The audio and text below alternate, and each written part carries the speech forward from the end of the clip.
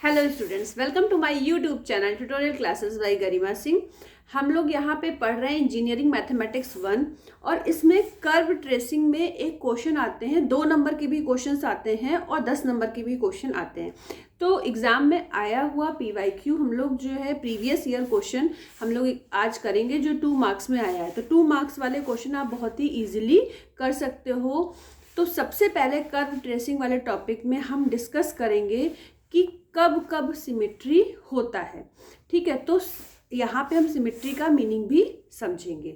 ठीक है, तो आइए देखते हैं। सबसे पहले हेडिंग है हमारी curve tracing condition for symmetry, कि क्या क्या चीज़ें होंगी तो वो सिमेट्री वाली कंडीशन बनेगी।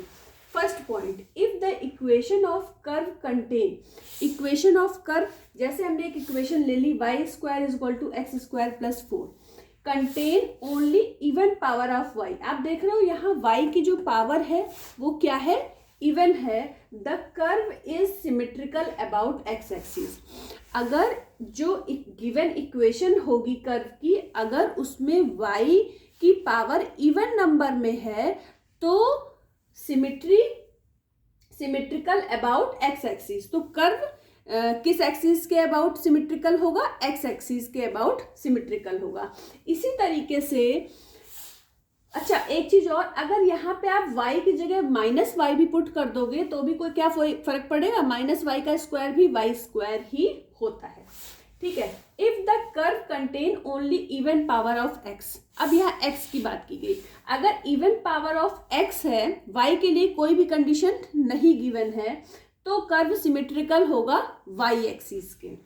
ठीक है, तो हमने इक्वेशन लिखी x² = 4ay। अब यहाँ अगर आप x की जगह -x रख दोगे तब भी क्या फर्क पड़ेगा, -x का स्क्वायर भी x² होता है। यहाँ पे y के लिए कोई भी कंडीशन नहीं गिवन है। थर्ड है कि curve is symmetrical about line y = x।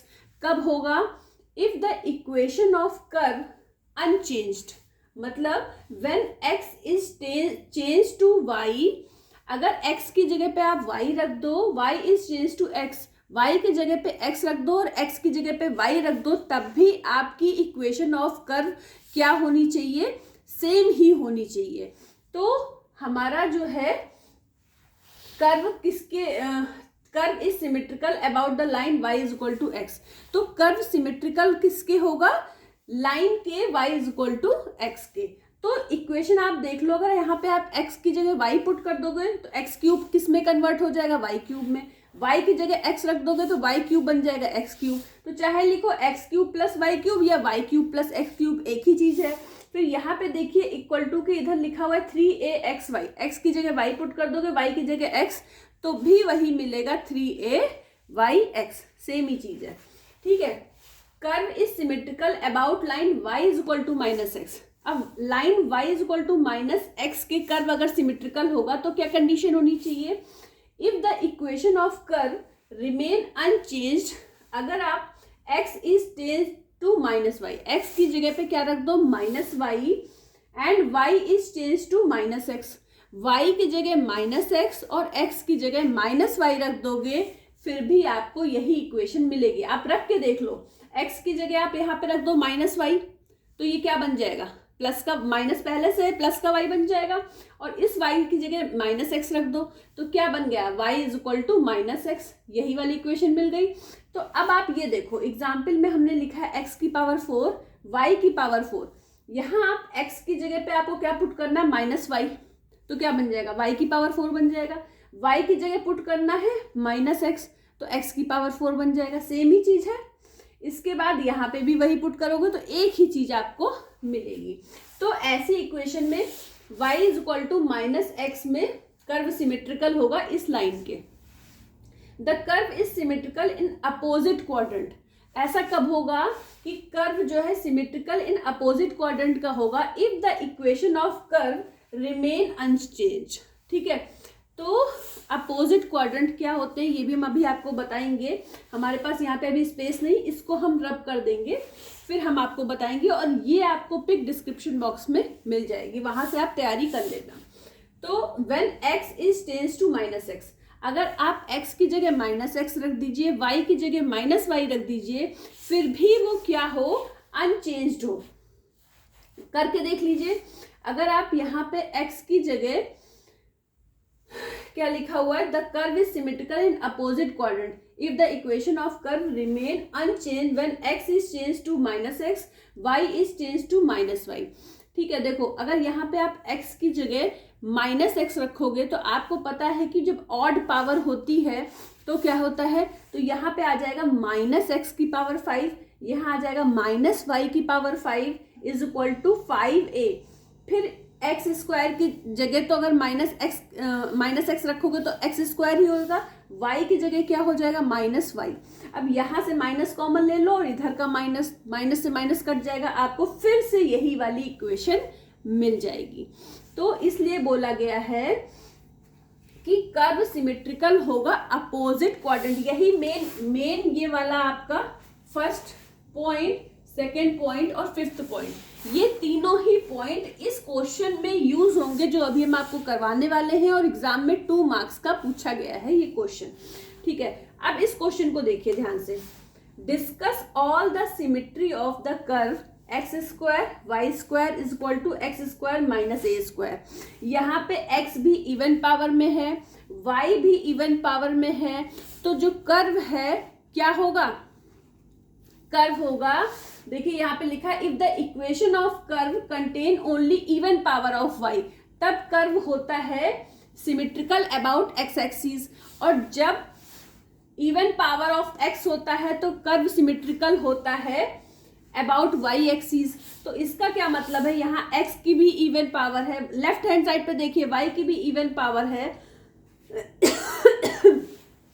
Given curve contain even power of x and y, therefore the curve is symmetrical about both the axes, मतलब x axis भी y axis भी, also the curve is symmetrical in opposite quadrants।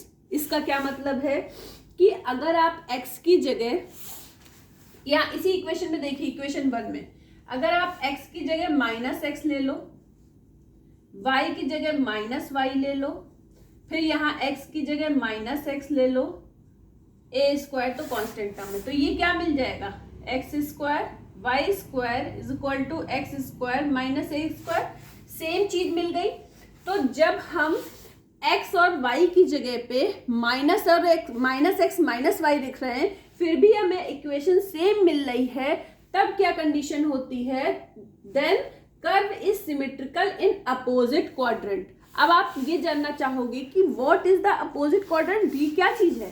तो अब हम यहाँ पे, अब हमने सब कुछ बता दिया है, अब हम इसको रब कर रहे हैं, अब हमें आपको समझाना है क्वाड्रेंट के बारे में। देखिए